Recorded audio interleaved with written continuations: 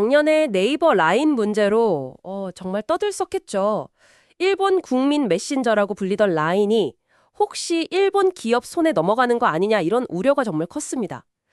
1년 정도 지났는데 그래서 지금 상황이 어떤지 궁금하다는 당신의 요청이 있었어요.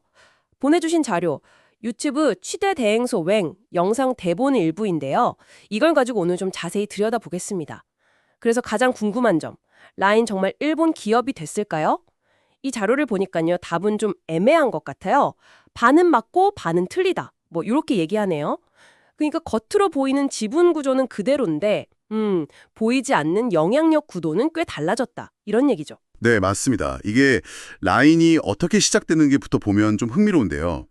2011년에 네이버 일본 자회사였죠. 당시 NHN 재팬. 여기서 신중호, 지금 라인야후 CPO가 주도해서 만들었어요. 특히 그 동일본 대지진 때 이게 연락수단으로 아주 유용하게 쓰이면서 뭐랄까 순식간에 일본 국민 앱으로 확 떠올랐죠. 네, 저도 그 얘기는 들었어요. 그렇게 잘 나가던 라인이 근데 왜 갑자기 소프트뱅크랑 손을 잡게 된 걸까요? 자료에서는 라인 성장세가 좀 꺾이면서 새로운 돌파구가 필요했고 또 마침 일본 내 우익들이 이거 한국 기업 아니냐 이런 견제도 심해지니까 아예 현지 대표 IT 기업인 소프트뱅크랑 합작을 택했다. 뭐 이렇게 분석하네요. 네, 맞습니다. 그래서 라인이랑 야후 재팬을 합병해서 라인야후라는 회사를 만들었죠. 지분은 정확히 50대 50, 딱 반반이었어요. 근데 여기서 좀 눈여겨볼 점이 이사회 구성은 처음부터 소프트뱅크 쪽 사람들이 더 많았다는 거예요. 그러니까 실질적인 경영권은 소프트뱅크가 가져가는 그런 구조였던 거죠. 아, 지분은 반반인데 실제 운영의 키는 처음부터 소프트뱅크 쪽에 좀 더 기울어져 있었다. 이런 거군요. 네, 그렇죠. 자료에 따르면 네이버는 이제 기술 개발이나 제공 이런 쪽에 집중하기로 했고요. 그 배경에는 당시 네이버가 웹툰이나 AI 같은 다른 사업에 좀 더 집중하느라 라인에 막 투자할 여력이 부족했다 이런 점도 지적하고 있습니다. 아하, 이해가 되네요. 그런데 이 구조가 결국 나중에 문제가 된 거잖아요. 그렇습니다.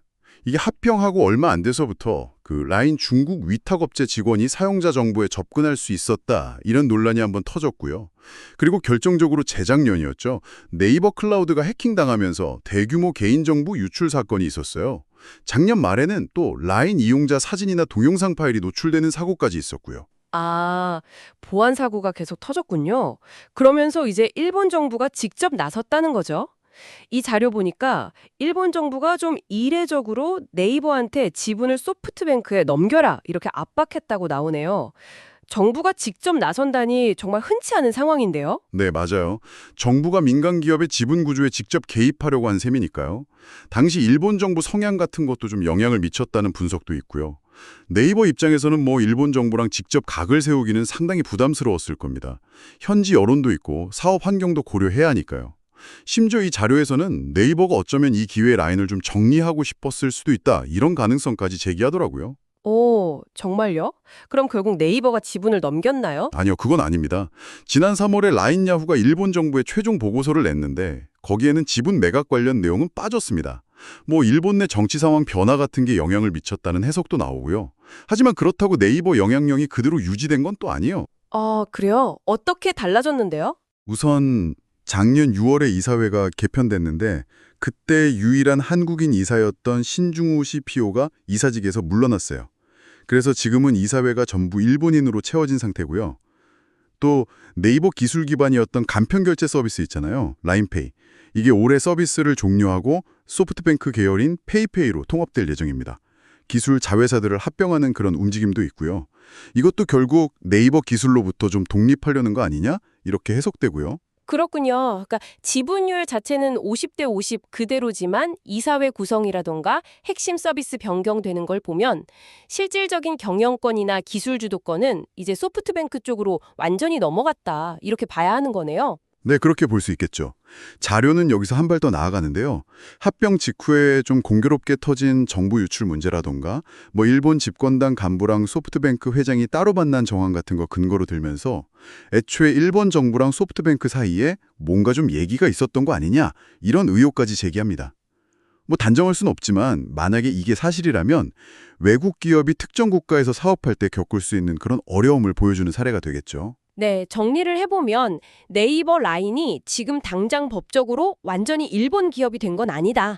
하지만 경영이나 기술, 이 양쪽 측면에서 네이버의 영향력은 크게 줄었고 사실상 일본 기업이 되어가는 과정을 밟고 있다. 이게 이 자료의 분석인 것 같습니다. 뭐랄까, 지분은 지켰지만 알맹이는 상당 부분 넘어간 그런 상황이라고 할까요? 네, 중요한 포인트는 이 변화가 갑자기 생긴 게 아니라는 거죠. 합작할 때 그 구조적인 문제에서부터 시작해서 보안 이슈 터지고 또 정치적인 압박을 받으면서 이게 점점 더 가속화되었다는 점입니다. 경영권보다는 기술 협력에 좀 더 무게를 뒀던 네이버의 그 초기 판단이 현재 상황을 만든 주요 원인 중 하나다. 이렇게 분석해 볼 수 있겠네요. 네, 이 자료는 결국 소프트뱅크와 일본 정부의 관계에 대한 어떤 질문을 던지면서 끝을 맺습니다. 특정 국가에서 굉장히 중요한 플랫폼을 운영하는 외국 기업이 부딪힐 수 있는 그런 보이지 않는 정치적인 장벽이나 변수들, 이런 것들이 사업의 방향을 어떻게 바꿀 수 있는지, 이 라인 사례가 참 많은 점을 시사하는 것 같습니다. 당신은 이 상황을 어떻게 보시나요? 저희는 다음에 또 흥미로운 자료 분석으로 찾아뵙겠습니다.